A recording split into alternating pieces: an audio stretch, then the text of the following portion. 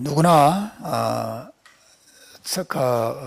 자신의 삶에 기념비적인 사건들이 있기 마련인데, 제 생애에도 기념비적인 몇 가지 사건들이 있죠. 하나님께서 제가 25살 나던 때에 목사가 되라 하고 저를 불러주셨고, 그리고 32살 때 하나님께서 목사 안수를 받게 하셨고, 또 그해 연말에 제가 결혼도 했고, 그 다음 해에 첫 딸을 낳고, 또 그런 중요한, 내 인생의 중요한 순간순간에 사건들이 있습니다. 아마 여러분도 여러분 생애에 중요한 기념비적인 사건들이 있을 겁니다. 아브라함 생애에 있어서 기념비적인 사건은 그가 100세에 아들을 낳은 사건이죠. 아브라함의 100살 때, 그리고 그의 부인 사라가 90세 되었을 때, 하나님께서 그 두 사람 사이에서 아기가 생기게 하셨고, 그 할아버지 할머니를 통해서 이삭이라고 하는 위대한 믿음의 조상이 태어나게 하셨다라고 하는 것입니다. 그럼 오늘 본문은 그 사건이 일어나기 1년 전, 정확히 아브라함이 99세 때에 일어난 일들을 소개하고 있어요. 그때 무슨 일이 일어났는가? 오늘 성경은 하나님께서 아브라함을 방문하셨다, 그렇게 소개하고 있습니다.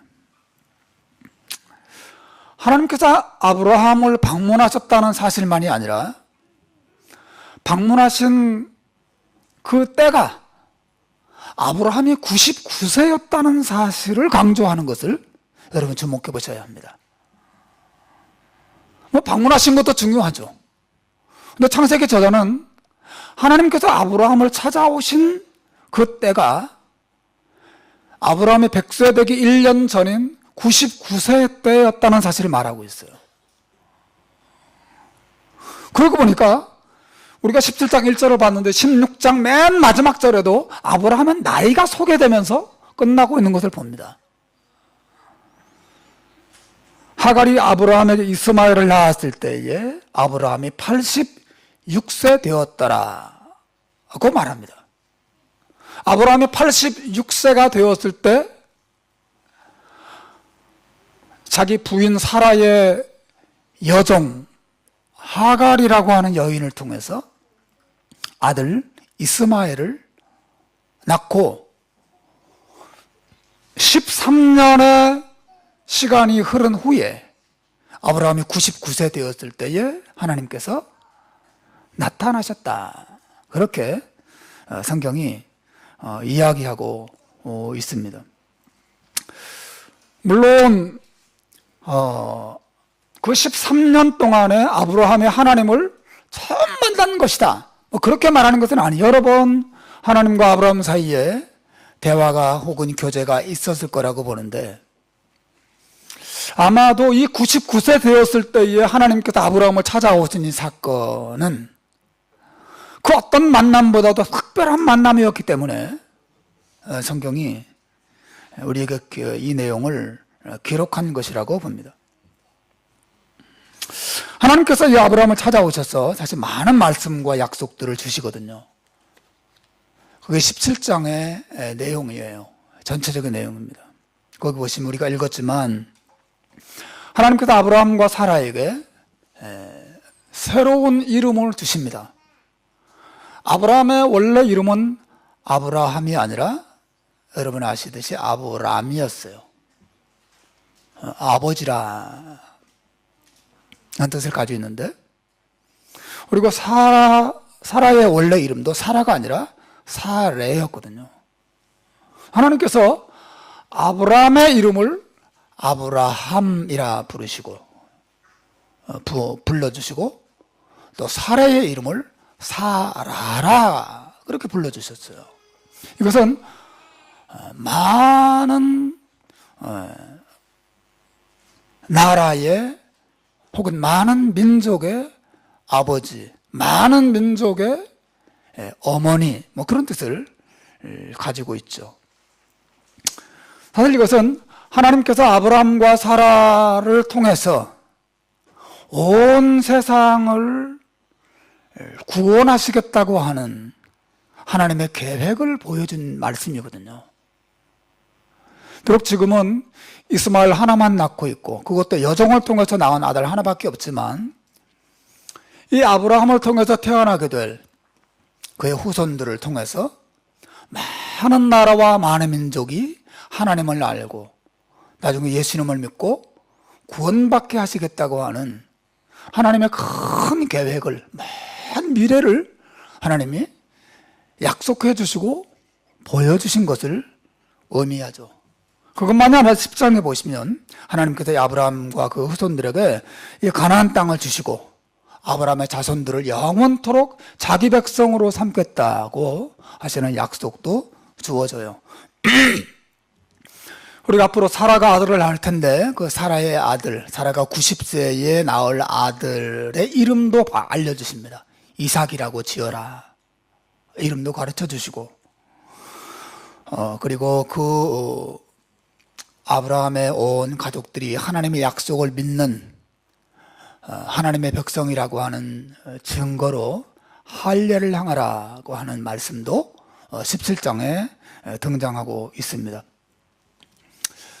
그러니까 17장에는 굉장히 중요한 여러 가지 말씀이 있는데 이 말씀들은 하나같이 아브라함과 그의 자손들에게 하나님께서 축복을 주시겠다는 약속들로 가득 차 있어요.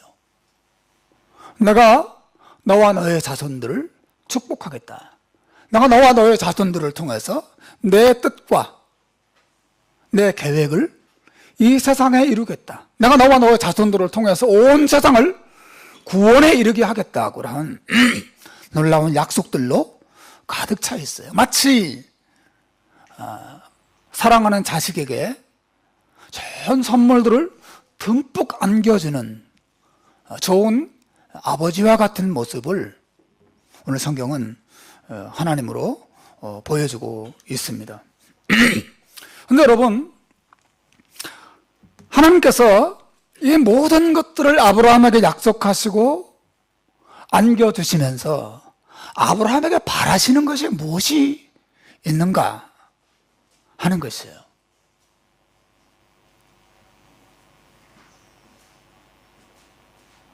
하나님께서 아브라함에게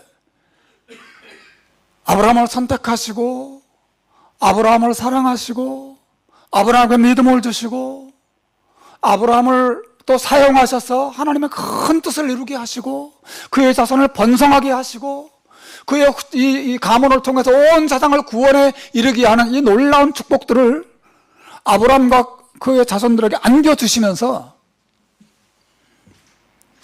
아브라함에게는 무엇을 원하시는가 하는 것이죠. 우리에게 적용하자면 하나님께서 우리를 선택해 주시고 우리를 사랑해 주시고 우리를 구원해 주시고 우리에게 용서를 베푸시고 예수 그리스도의 은혜를 통해서 하나님의 백성이 되게 하시는 이 어마어마한 축복들을 우리에게 주시면서 우리에게 무엇을 원하시고 무엇을 기대하시는가, 왜 이 모든 것들을 주시는가 하는 것이죠. 그저 우리가 하나님이 그런 모든 선물을 주실 때 감사하다, 고마워하고 기뻐하고 행복해하고 또 그것을 즐기고 하도록 만드시는 것이 그 모든 것들을 주신 목적의 전부인가? 다른 의도는 없으신 것인가 하는 거죠. 하나님 왜 우리에게 이 모든 걸 주셨습니까? 하나님 우리에게 왜 예수 그리스도를 주셨습니까? 하나님 여러분에게 왜 은혜와 사랑과 용서와 구원과 온갖 축복들을 주셨고 또 주시겠다고 약속하십니까?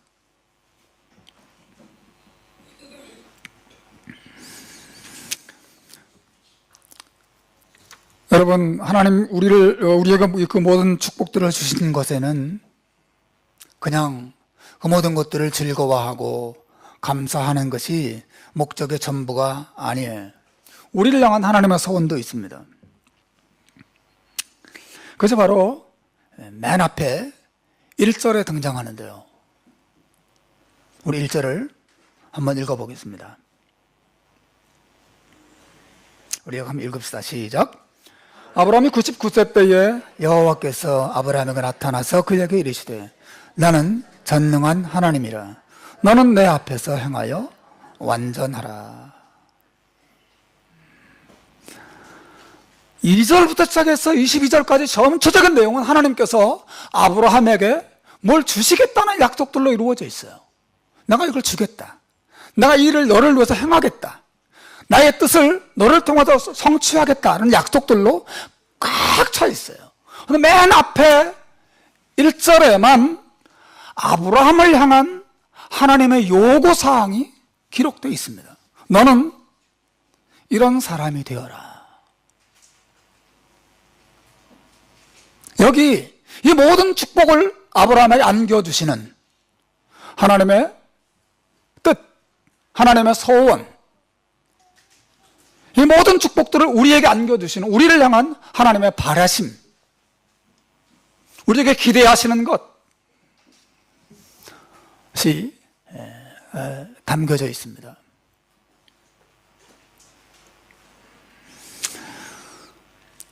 우선 여러분, 하나님께서 무엇을 요구하십니까? 첫 번째는 하나님을 향한 믿음을 분명하게 요구하세요.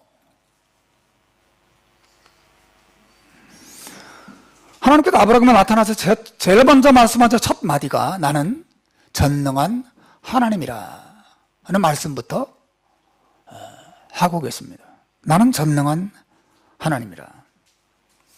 이것은 여러분이 잘 아는, 또 여러분 들으신 적이 있는지 모르겠지만 엘 샤다이라고 하는, 하나님은 엘 샤다이의 하나님, 전능하신 하나님이시다.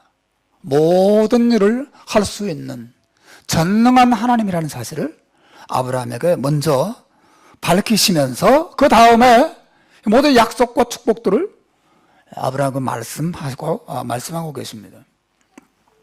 다시 말하면 하나님께서 이 모든 축복을 말씀하시기 전에 나는 너를 향한 나의 모든 약속을 능히 이룰 수 있는 분이라는 사실을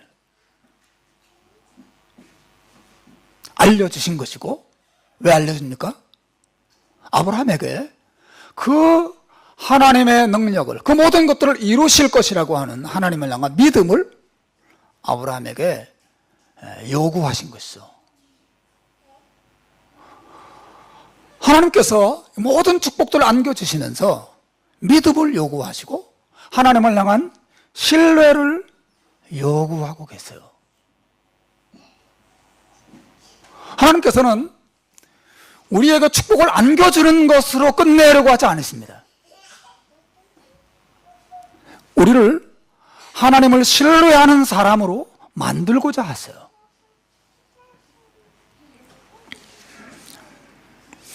여러분, 하나님께서 왜 이 사실을 세상 강조하십니까? 너는 나를 믿고 너는 나를 신뢰해야 된다는 말은 여러 차례 하나님께서 아브라함에게 해오셨거든요. 근데 왜 세상 99세 되었을 때 하나님이 아브라함을 향해서 나는 전능한 하나님이야, 너는 나의 능력을 신뢰하고 나를 따라와야 한다, 그런 말씀을 왜 하필 이 시점에 아브라함에게 다시 한 번 더 말씀하시는 건가? 이것은 당시 아브라함 안에 아브라함의 그 하나님을 향한 믿음에 문제가 생겼음을 암시하고 있어요. 제가 앞에서 말씀드린 것처럼 오늘 본문은 하나님께서 아브라함에게 나타나신 그때는 그가 이스마엘을 낳은 지 13년의 세월이 흘렀을 때라고 16장 마지막 절도 강조하고 있고 17장 1절도 그 사실을 강조하고 있어요. 13년의 세월이 흘렀습니다. 즉 이스마엘이 13살 되었어요. 이스마엘은 아브라함이 자기의 부인 사라가 아니라 사라의 여종을 통해서 얻은 아들이에요. 그런데 하나님의 진짜 계획은 뭐예요? 사라의 여종을 통해서 아브라함의 자손을 주시는 것이 아니라 그의 부인 사라를 통해서 그의 자손을 주시는 것이 하나님의 진짜 약속이에요. 계획이에요. 하지만 아브라함은 하나님의 그 계획을 바라보고 생각하는 마음이 서서히 흐려지기 시작했던 것이죠. 사실 아들이 하나도 없었을 때에는, 그리고 아브라함과 사라가 보다 젊었을 때에는 하나님께서 자신에게 주신 약속대로 아들을 주시기를 간절히 바라는 마음이 아브라함에게 있었어요.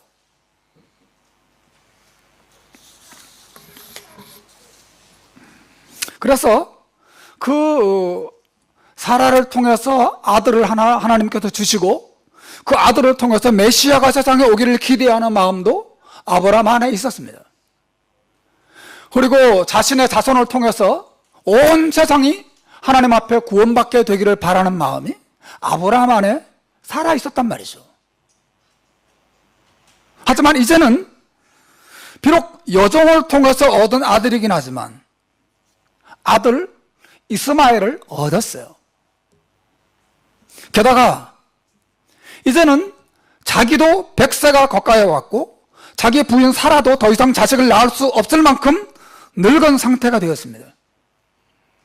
따라서 이 아브라함은 더 이상 하나님께서 사라를 통해서 자식을 주실 것이라는 기대를 서서히 접고 있었다는 사실을 우리에게 말해주는 것이죠. 13년의 세월이 지났어요. 이제는 이스마엘이 자랐고, 이제 하나님께서 이스마엘을 통해서 무슨 일을 하시려나 보다. 이제 내가 무엇을 더 기대하겠나, 이 나이에. 서서히 하나님을 향한 기대와 소원이 아브라함 마음 속에서 접히고 있었다고 하는 것이죠. 사라를 통해서 하나님께서 자식을 줄 것을 간절히 기대하지도 사모하지도 않게 되었습니다. 아브라함이 신앙적으로 느슨해집니다. 하나님께서 자신의 부르신 목적이 무엇인지가 아브라함의 생각 속에서 서서히 흐릿해지고 있는 순간이에요. 과거의 삶은 마치 집 밖에서 찬바람을 맞고 있던 그런 시절이었다면 이제는 집 안에 들어와서 따뜻한 아랫목에 앉아있는 것 같은 상황이 되었어요. 살짝 졸음도 옵니다. 그게 아브라함의 99세 때의 상황이라고 하는 것이죠. 그때 하나님이 그에게 나타나십니다. 그리고 말씀하십니다. 아브라함아, 나는 전능한 하나님이다. 사랑하는 여러분, 하나님께서 아브라함에게 기대하시고 바라시는 모습이 있어요. 그것은 어떤 상황이 되더라도 하나님께서 살아계시고 나를 처음 부르셨던 하나님의 그 뜻과 계획을 하나님은 반드시 이룰 수 있는 전능한 하나님이라는 사실을 믿고 그 하나님을 신뢰하는 믿음의 사람이 되기를 기대하시는 것이죠.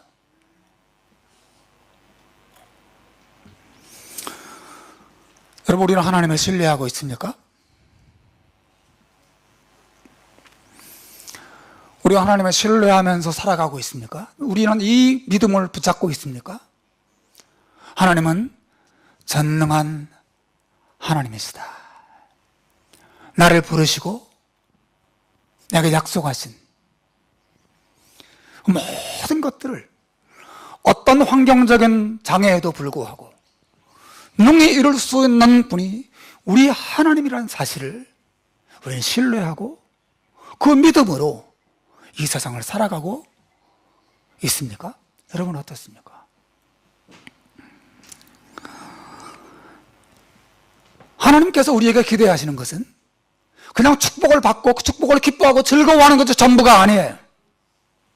하나님은 우리가 하나님을 신뢰하는 사람이 되기를 원하시고 하나님과 우리와의 관계가 신뢰의 관계 속에서 세워지기를 바라시는 것이죠. 하나님을 신뢰하는 사람이 되기를 바라시는 것입니다. 그냥 하나님께서는 우리를 통해서 하나님의 어떤 뜻을 이루는 데에만 관심이 있는 게 아니에요. 우리가 하나님을 신뢰하는 사람으로 만드시고 하나님과 우리와의 관계가 신뢰가 살아있는 관계가 되기를 원하신다고 하는 것이죠. 신뢰 관계 속에서 우리가 신앙생활하기를 바라신다고 하는 거죠. 저는 사실 이 본문을 읽으면서 질문해 봤어요. 하나님께서 아브라함이 하나님을 신뢰하지 않는다면 100세 때 이삭을 주지 않으셨을까 생각해 봤어요. 여러분 어떻게 생각하세요? 아브라함이 하나님을 신뢰하지 않을 때 원래 하나님의 계획은 100세 때 아들을 주시는 거였거든요. 이놈의 자식 나를 신뢰하지 않아? 계획 취소, 신뢰할 때까지 연기, 그렇게 하셨을까요?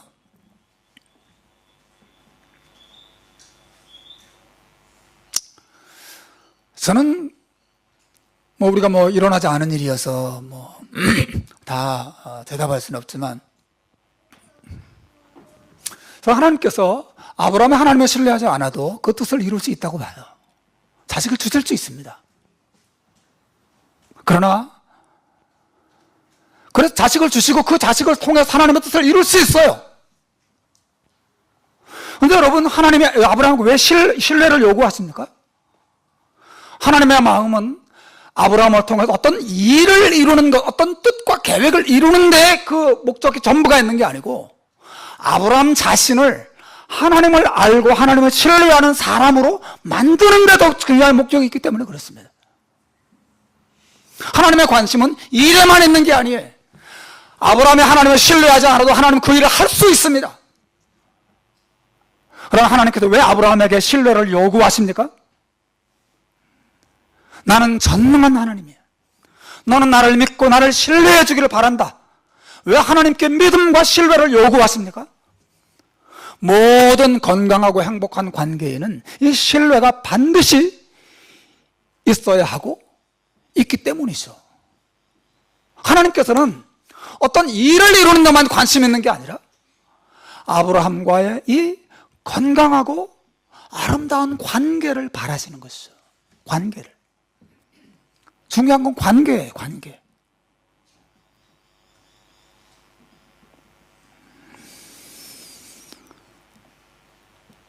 나는 전능한 하나님이다.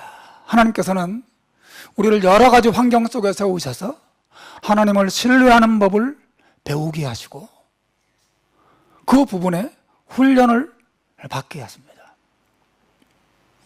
하나님께서 이스라엘 자손들을 아주 고의적으로 홍해 바다 앞에 세우시고 앞으로는 홍해요, 뒤로는 애굽 군대가 쫓아오게 하셨어요. 그 백성들로 하여금 그런 절체절명의 순간에서도 하나님의 능력을 신뢰하는 믿음을 배우고 훈련받고 연단받게 하셨어요. 신뢰를 가르쳐 주시는 것입니다. 하나님의 뜻을 이루시려면 그렇게 귀찮게 하실 필요 있어요? 그냥 간단하게 손쉽게 가나안 땅으로 들어가게 하실 수도 있죠. 하나님은 그렇게 하지 않으십니다. 뜻을 이루는 것은 하나님께 유도 아니에요. 하나님께 아무 일도 아니에요, 사실은. 하나님께서 어떤 뜻과 계획을 이루실 때 그 모든 이루는 과정이 얼마나 우여곡절이 많은 방식으로 그 일을 이루시는지 몰라요. 하나님께서 아브라함에게 자식을 주시려면 왜 100세까지 기다리십니까? 그냥 빨리빨리 주시고, 단번에 막 두 쌍둥이, 세 쌍둥이 막 낳게 하셔서 그냥 자손을 팍팍팍팍 번성하실 수 있잖아요. 근데 왜 100세 때까지 기다리셨다가 그것도 아들 하나만 딱 주십니까? 하나님 왜 그렇게 하시는 거죠? 하나님은 일에만 관심이 있는 게 아니라 뜻을 이루는 데만 관심이 있는 게 아니라 아브라함을 하나님을 알고 하나님을 신뢰하는 믿음을 갖게 하시기 원하시는 거죠. 아브라함이 86세에 이스마엘을 낳고 13년의 세월이 흐르면서 이 정도면 됐지 뭐. 이스마엘이 있잖아. 나도 늙고 내 와이프도 이제 90이 가까운데 뭘 더 기대할 수 있겠어? 라고 하는 순간 하나님의 아브라함에게 나타나십니다.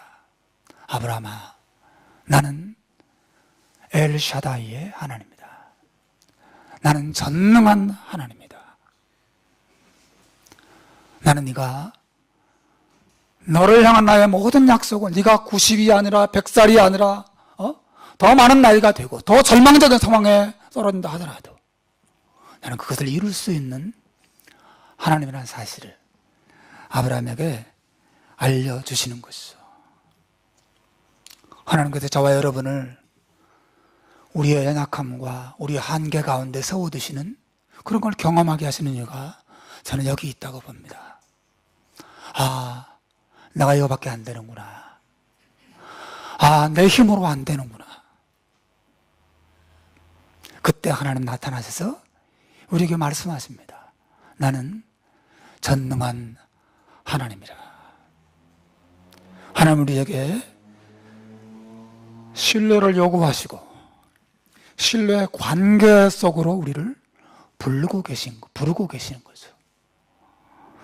하나님과 바른 관계 속에 산다고 하는 것은 신뢰 관계 속에 사는 것을 의미합니다.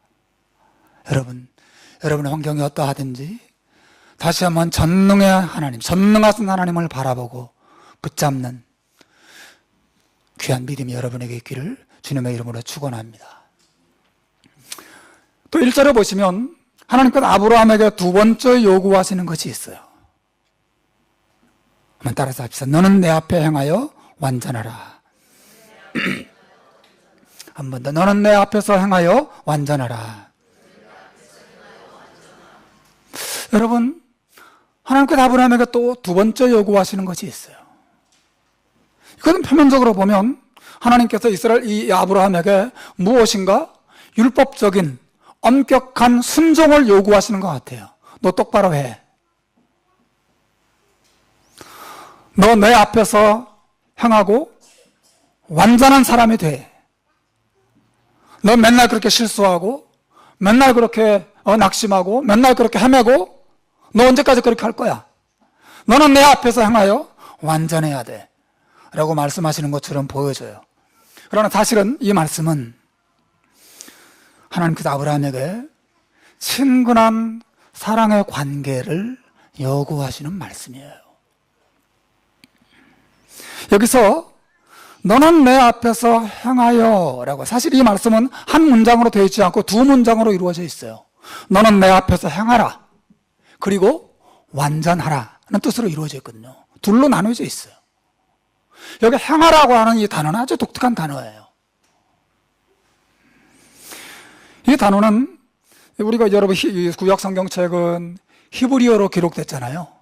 히브리어로 뭐 들어보시고 본 적이 있으신가 모르겠어요. 히브리어로 기록됐거든요. 그런데 이 히브리어를 헬라어로 번역한 성경이 있어요. 유대인들이 오랜 세월이 지나면서 다른 나라에 가서 사는 가운데 히브리어를 더 이상 읽고 이해할 수 없는 후손들이 많이 살았거든요. 그래서 그 사람들을 위해서 유대인 조상들이 성경을 읽게 하려고 히브리어를 헬라어로 번역해서 성경을 기록했어요. 그래서 그 사람들이 히브리어를 너무 잘 아는 사람들이었기 때문에 히브리어 각 단어에 가장 적합한 헬라어 단어를 찾아서 번역을 했겠죠. 거기에 이 행하다라고 번역된 헬라어 단어가 유아레스테이라고 하는, 뭐 기억을 안 하셔도 됩니다만은 단어가 쓰여졌어요. 이것은 어떤 뜻을 갖냐면 기쁨으로 흔쾌히 동의한다, 그런 뜻을 가지고 있어요. fully agreeable, 완전하게 동의하고 흔쾌히, 그거 좋죠, 당연합니다 라고 말할 수 있는 그런 마음을 표현하는 단어예요. 이 단어가 고린도후서 5장 9절에 그대로 사용됐는데요, 이렇게 번역됩니다. 그런즉 우리는 거하든지 떠나든지 주를 기쁘시게 하는 자가 되기를 원하노라. 즉 이 단어는 너는 내 앞에서 행하라라고 하는, 행하다라고 하는 단어는 누군가를 아주 기뻐해서 그 사람의 의견에 전적으로 공감하고 그 사람이 하자는 대로 행하는 그런 마음을 표현해주고 있는 것이에요. 예를 들어 보겠습니다. 제가 오늘 칼럼에도 썼지만 소위 아빠 엄마들이 아들 바보, 딸 바보라고 많이 불려지지 않습니까? 우리 엄마들 한번 보세요. 아빠들 한번 보세요. 애들에게 얼마나 깜빡 죽는지 몰라요. 엄마 나 물, 그러면 확 뛰어가서 물을 갖다 줍니다. 엄마 나 쉬, 그러면 막 밥 먹다가도 버쩍 일어나서 데리고 화장실에 가서 시를 보게 해줍니다. 아빠 나 목마 태워줘, 목마 태워줘. 그러면 그 애들 또 데려가서 목에다 얹고 목마를 태워주고 즐겁게 해주죠. 그 아들과 딸들이 무엇인가를 요구할 때 무엇이든지 흔쾌히 그 일을 부모는 합니다. 예? 왜냐하면 그 자식을 기뻐하는 마음이 있기 때문에 말이죠. 너는 내 앞에서 행하라 라고 말씀하실 때 그 의미가 바로 이거예요. 이 단어는 누군가를 지극히 사랑하기 때문에 무슨 일에 대해서나 동의하고 허락하고 싶어하는 마음을 의미해요. 그러므로 너는 내 앞에서 행하라는 이 말씀은 하나님 마치 아브라함에게 이렇게 말씀하시는 거예요. 너는 네가 나 때문에 나를 기뻐하고 나를 즐거워해서 내가 원하는 것이라면 무엇인지 할 수 있는 그런 사람이 되기를 바란다. 그런 뜻을 가지고 있어요. 더 줄여서 설명하면 이런 겁니다. 이 말씀은 나는 아브라함아 너가 나 때문에 정말 행복한 사람이 되기를 바래 라는 뜻이에요. 너는 내 앞에서 행하라. 무슨 말인지 아시겠어요? 아브라함이 하나님 앞에서 기쁨과 즐거움으로 가득한 모습으로 머물러 있기를 바란다는 거예요. 그래서 그 기쁨으로 살고 그래서 하나님이 너무 기쁘고 좋은 나머지 하나님이 원하시는 것이라면 무엇이든지 할 수 있는 마음으로 하루하루 사는 것을 의미하는 것이죠. 여러분, 너는 내 앞에서 행하라. 이것은 주일날 예배에 빠지지 말고 성경 꼭 꼬박꼬박 잘 열심히 읽고 내가 시키는 대로 정해진 시간에 꼬박꼬박 기도하고 그렇게 하라고 말씀하시는 것이 아니에요. 너는 내 앞에서 행하라고 하는 말은 너는 나를 바라보면서 기쁨과 행복이 충만한 사람이 되기를 바란다라고 하는 거예요. 그게 너는 내 앞에서 행하라 라고 하는 뜻을 가지고 있어요. 여러분, 이것은 아브라함에게 주어지는 의무예요? 아니면 하나님의 의무예요? 여러분 어떻게 생각하세요?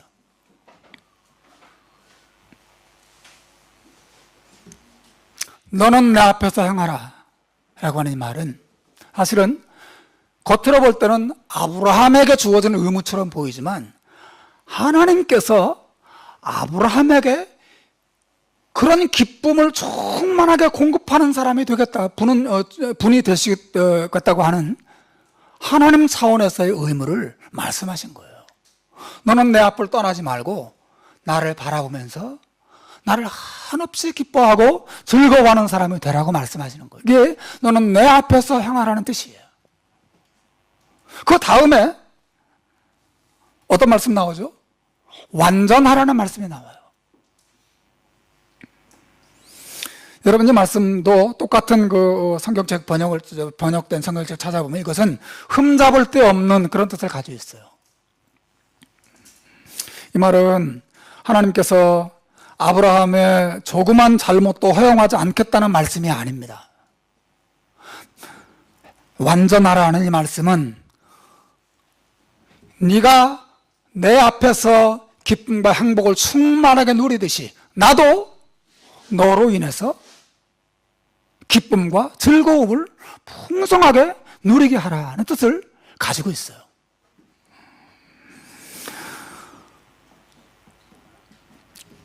여러분, 사도행전 13장 22절에 보면 하나님께서 다윗을 바라보실 때 나타냈던 마음이 표현되어 있습니다. 읽어볼까요? 시작. 내가 이새의 아들을 다윗을 만나니 내 마음에 합한 사람이라 내 뜻을 다 이루게 하리라. 여러분 보십시오. 여기 다윗의 모습을 보세요. 하나님께서 다윗을 바라보실 때 마음이 너무 흡족했단 말이죠. 하나님의 다윗을 보시면서 너무 기뻤습니다. 바로 이게 하나님 앞에서 흠이 없이 완전한 사람의 모습이에요. 우리 여러분 어떻게 하나님 앞에 완전해질 수 있습니까? 죄를 하나도 안 줌으로써 완전하게 순종함으로써 하나님을 기쁘시게 하는 사람 될 수 있을까요? 뭐 그러면 좋겠죠. 예? 그러면 좋겠죠. 하지만 우리 가운데 누가 하나님 앞에 완전하게 순종하는 걸 통해서 하나님을 기쁘시게 하고 또 하나님께 행복을 안겨드리는 사람이 될 수 있겠어요? 우리 가운데 그렇게 될 수 있는 사람은 아무도 없습니다. 사실 하나님께서 자기 아들 예수님을 바라보시면서 뭐라고 말씀하셨죠? 예수님의 세례를 받고 물에서 올라오실 때 우리 공부했었죠? 이는 내 사랑하는 아들이요 내가 너를 기뻐하노라. 이게 흠이 없는, 너는 내 앞에서 완전하라 라고 말씀하실 때 의미하는 거예요. 이것은 내가 너를 바라보면서 기쁨으로 충만하도록 나를 항상 사랑과 진실함으로 대하라고 하는 거죠. 우리는 예수님만큼 흠이 없이 완전해서 하나님을 기쁘시게 할 수는 없어요. 우리는 죄인이죠. 우리 약점이 많습니다. 그럼에도 불구하고 우리가 예수님을 언제나 의지하고 하나님을 진실하게 대하고 하나님을 정직하게 대하고 하나님을 인격적으로 대하고 하나님을 바른 마음으로 대하고 어떻게 하든지 그 좋으신 하나님을 기쁘시게 하려고 하루하루 살아갈 때 하나님 그런 모습을 보시면서 기뻐하시고 즐거워하신다고 봐요. 이게 바로 내 앞에서 행하여 완전하라 그런 뜻이에요. 자, 여러분 좀 혼란스러운데 여러분 정리하면 이런 거죠. 너는 내 앞에 행하여 완전하라 하는 이 말씀은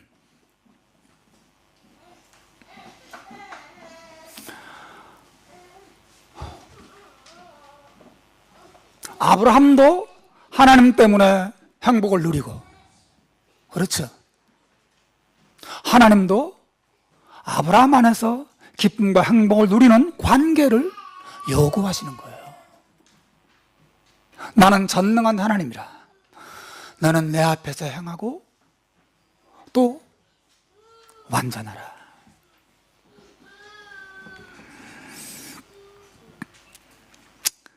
사랑하는 여러분, 오늘 설교의 포인트는 이거죠. 하나님께서 아브라함에게 무엇을 기대하시는가, 무엇을 원하시는가 하는 것입니다. 하나님께서는 아브라함에게 단순히 아브라함이 하나님의 일을 많이 하는 것을 기대하시는 거 아니에요. 아브라함을 통해 하나님의 뜻을 이루는, 그래서 하나님의 도구가 되는 것이 하나님의 아브라함에게 기대하시는 것은 전부가 아니라고 하는 거죠. 하나님 아브라함에게 기대하시는 것은 하나님을 신뢰하는 것과 하나님과 아브라함 사이에 서로 기쁨과 행복을 주고받는 아름답고 건강한 관계를 원하시는 거예요. 신뢰 관계, 사랑과 교제의 관계를 원하시는 거예요. 이게 나는 전능한 하나님이라. 너는 내 앞에서 행하고 온전하라 하는 말씀이 우리에게 보여주는 것입니다. 여기 등장하는 하나님과 아브라함의 관계는 주인과 머슴의 관계가 아니에요. 혹은 회사 사장님과 종업원의 관계도 아니에요. 여러분 서로 얼굴을 들여다보면서 행복을 주고받는 관계를 생각해 보세요.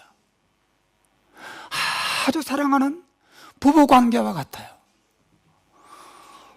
서로 진실하게 사랑하고 신뢰하는 친구 관계와 같습니다. 저는 놀라워요. 하나님의 아브라함에게 이런 관계를 요구하셨다는 게 참 감동스럽지 않습니까? 관계를 요구하신 거죠.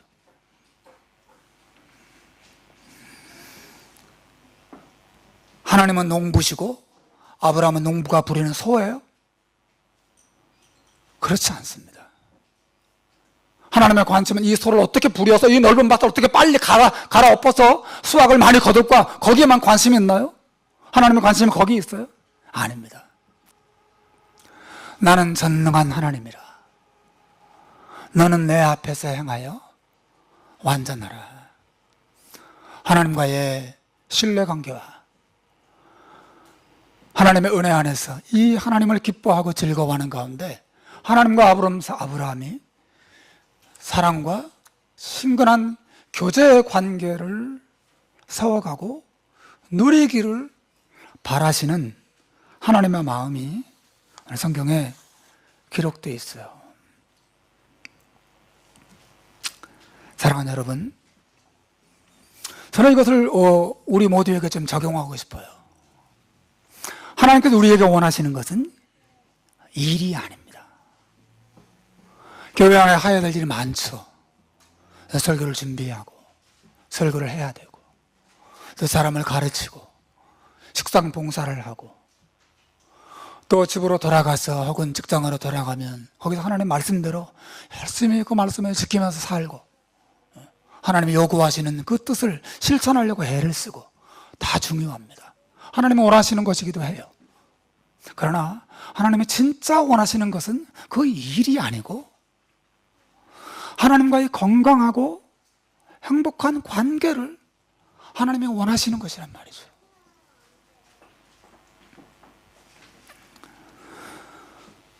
여러분, 만일 오늘 저녁에 여러분의 아버지, 어머니가 여러분의 집에 찾아오셔서 문을 열고 갑자기 깜짝 방문하신다면 여러분 어떻게 그분을 영접하시겠습니까? 어떻게 반응하시겠어요? 어떻게 오셨어요? 깜짝 놀라면서 막 호들갑을 떨면서 그렇게 막 문을 열어드리고 막 기쁨으로 그 아버지, 어머니를 집안으로 영접하지 않겠습니까? 만일 오늘 저녁에 하나님께서 여러분의 집을 그렇게 깜짝 방문하신다면 여러분 하나님을 어떤 태도로 맞이하시겠어요? 그렇게 기쁨으로, 즐거움으로, 환호하면서 그렇게 반응하시겠습니까? 아니면 슬슬 도망치고 모른 척하고 왜 오셨지? 귀찮은데? 그렇게 반응하시겠어요? 여러분, 이사야서 43장 21절에 보면 하나님께서 이스라엘 백성들을 창조하신 목적이 언급되고 있어요. 한번 보시겠습니까? 한번 읽어봅시다. 시작. 이 백성은 내가 나를 위하여 지었나니 나를 찬송하게 하려 함이니라. 하나님께서 이 백성들을 왜 지으셨냐면 하나님의 뜻을 이루는 무슨 일꾼으로 부려먹으려고 지으신 게 아니고 하나님을 찬송하는 사람으로. 이거 하나님을 찬송한다는 게 뭐예요? 하나님 때문에 즐거워하고 하나님을 기뻐하고 하나님 때문에 행복에 겨워서 그분을 노래하고 그분께 경배하는 그런 마음을 가진 사람이 되게 하시려고 우리를 지으셨다고 하는 거예요. 그런데 그 바로 다음 절 이사야 43장 22절에 보면 이스라엘 자손들이 어떻게 반응했는지 아십니까? 한번 읽어보십시오. 시작. 그러나 야곱아 너는 나를 부르지 아니하였고 이스라엘아 너는 나를 괴롭게 여겼으며, 즉 나를 괴로워했다 그랬어요. 나는 너를 창조하고 너에게 많은 사랑과 은혜를 베푼 것은 네가 항상 내 앞에서 향하여 나를 기뻐하고 즐거워하고 나의 관계 속에서 행복을 누리기를 내가 바랬어.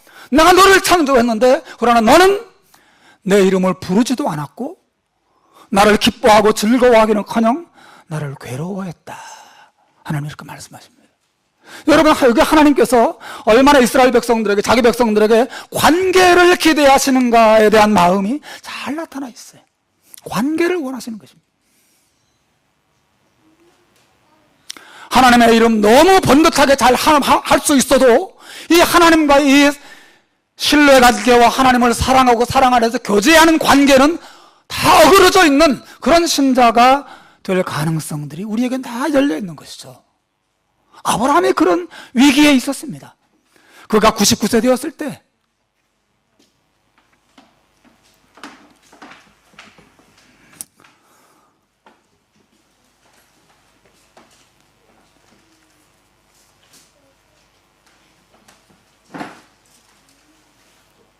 이번 주에 요한복음 21장을 쭉 읽으면서 참 새로운 느낌이 들었던 말씀이었어요. 요한복음 21장은 여러분이 잘 아는 것처럼 요한복음 맨 마지막 장이죠. 예수님이 십자가에 죽으시고 다 부활하신 다음입니다. 제자들이 부활하신 예수님을 만났음에도 불구하고 뿔뿔이 다 흩어져요. 난 고기 잡으러 갈래. 그래 다 도망갑니다. 왜 그랬을까요? 자기들이 예수님이 십자가에 돌아가시기 직전에 예수님을 버리고 다 도망간 죄가 있기 때문에 부활하신 예수님을 만날 면목이 더 이상 없었던 거죠. 난 예수님의 제자야 라고 말할 면목이 다 없어진 상태였어요. 여기 제자들이 다 흩어져서 고기 잡으러 갑니다. 또 요한복음 21장에 보면 예수님께서 그 뿔뿔이 흩어져서 갈릴리 바다로 돌아가서 밤새도록 고기 잡는 제자들을 직접 찾아가세요. 그리고 너희들이 고기를 많이 잡았냐 물어보시고 못 잡았습니다. 내 배 오른편에 그물을 던져서 고기를 잡아라 말씀하시고 고기를 많이 잡도록 도와주시죠. 또 그때까지 제자들이 예수님이 누군지 모르다가 고기를 많이 잡은 후에 그분이 예수님이라는 사실을 깨닫게 됩니다. 그리고 베드로와 이 제자들이 배를 몰고 또 고기를 끌고 무트로 올라와요. 근데 무트로 올라왔을 때 무트에 무엇이 그들을 기다리고 있었냐면 요한복음 21장 9절에 보니까 육지에 올라와 보니 숯불이 있는데 그 위에 생선에 놓였고 떡도 있었다. 예수님께서 제자들이 뿔뿔이 흩어져서 도망가고 죄책감으로 힘들어하고 주님 볼 면목이 없어서 괴로워할 때 직접 그들을 찾아가셨다고 하는 것과 또 그들을 위해서 밤새도록 고기 잡느라고 피곤하고 지친 그들을 위해서 숯불을 피우시고 생선을 굽고 떡을 준비하셔서 그들이 먹을 아침 식사를 준비하신 것을 봅니다. 그리고 21장 12절 그 아래 보시면 예수께서 이르시되 와서 조반을 먹으라. 아침 같이 먹자 라고 하시는 예수님의 모습을 봅니다.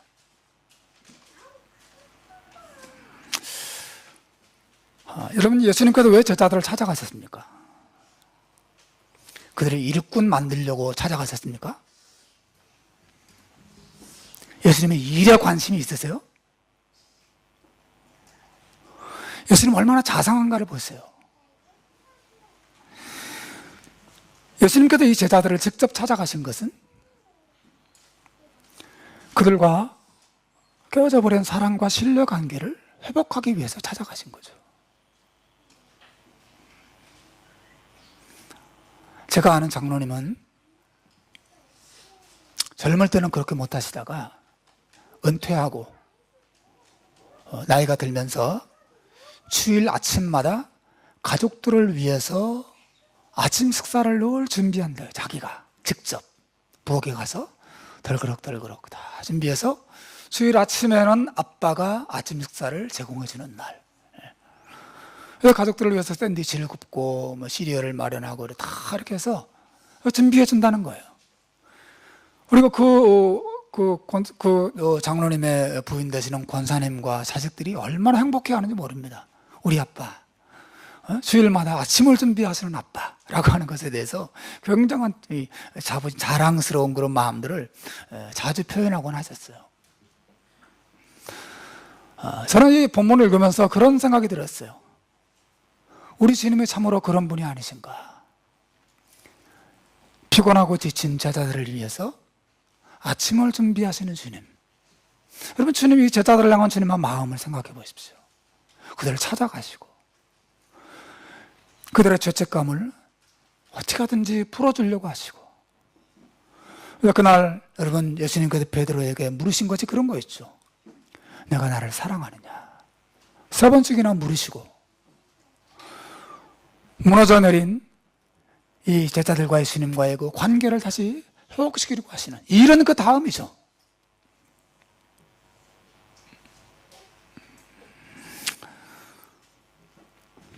사랑하는 여러분, 예수님께서 세상에 오시고 십자가에 죽으시고 부활하시고 그리고 승천하셔서 우리에게 믿음을 주시고 우리를 불러서 구원시켜 주시고 우리 끝없는 사랑과 은혜를 베풀어 주시는 이유가 어디 있습니까? 우리에게 사랑과 도우심과 온갖 축복들을 약속하시는 이유가 어디 있어요? 그냥 우리가 그거 잘 먹고 잘 살고 행복하게 사는 것 보시려고? 아니면 교회 일꾼으로 만들어서 부려먹으려고? 그렇게 좋은 거 주시는 건가요? 아닙니다.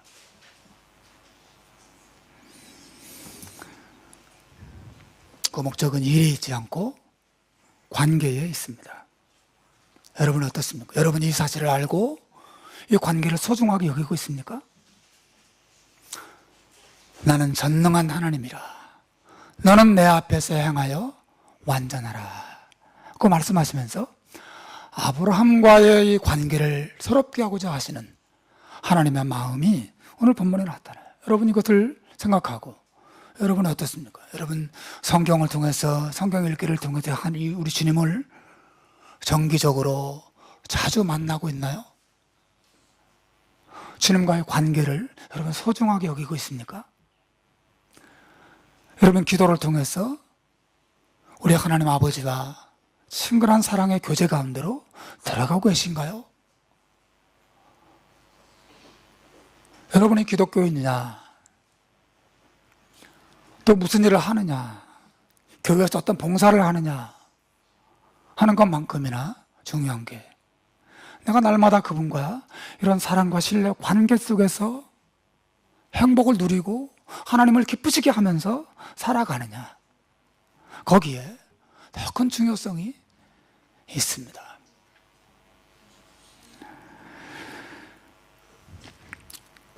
우리 요한계시록 마지막 3장 20절 한 절만 읽고 마무리할까요? 자, 우리 같이 마지막으로 읽습니다. 3장 20절 같이 읽어봅시다. 시작. 볼지어다 내가 문 밖에 서서 두드리노니 누구든지 내 음성을 듣고 문을 열면 내가 그에게로 들어가 그로 더불어 먹고 그는 나로 더불어 먹으리라. 여러분, 우리 주님께서 우리가 원하시는 것은 우리가 주님의 일꾼이 되는 게 아니에요. 주님을 만나고 주님과 교제하고 주님과 이 사랑의 교제가 더 깊어지는 그런 신자가 되는 것입니다. 이 관계가 없는, 이 관계가 깨어져 있는 신앙생활은 마치 한 집에 사는 부부인데 서로 사랑하지는 않고 밥 해주고 빨래 해주고 청소해주고 돈 벌어 갖다 주고, 그런데 두 사람 사이에는 아무런 사랑과 기쁨의 정은 오고 가지 않는 그런 부부로 살아가는 가정과 똑같이 신앙생활을 하는 것입니다. 주 안에 사랑하는 여러분, 하나님께서 아브라함에게 기대하시는 것은 아브라함이 하나님의 일꾼으로 만들어서 그 뜻을 이루는 데만 눈에 멀어 있는 그런 분이 아니시고 관계를 원하신다는 것 기억하시고, 이번 한 주간만이 아니라 앞으로도 여러분의 신앙생활 가운데 이 하나님과 관계를 위해서 말씀과 기도와 하나님과 이 은혜 안에서의 만나는 시간들을 더 많이 가지시고 관계를 누리시는, 이 관계 안에서 자라가시는 여러분 되시기를 주의 이름으로 축원합니다. 기도하겠습니다.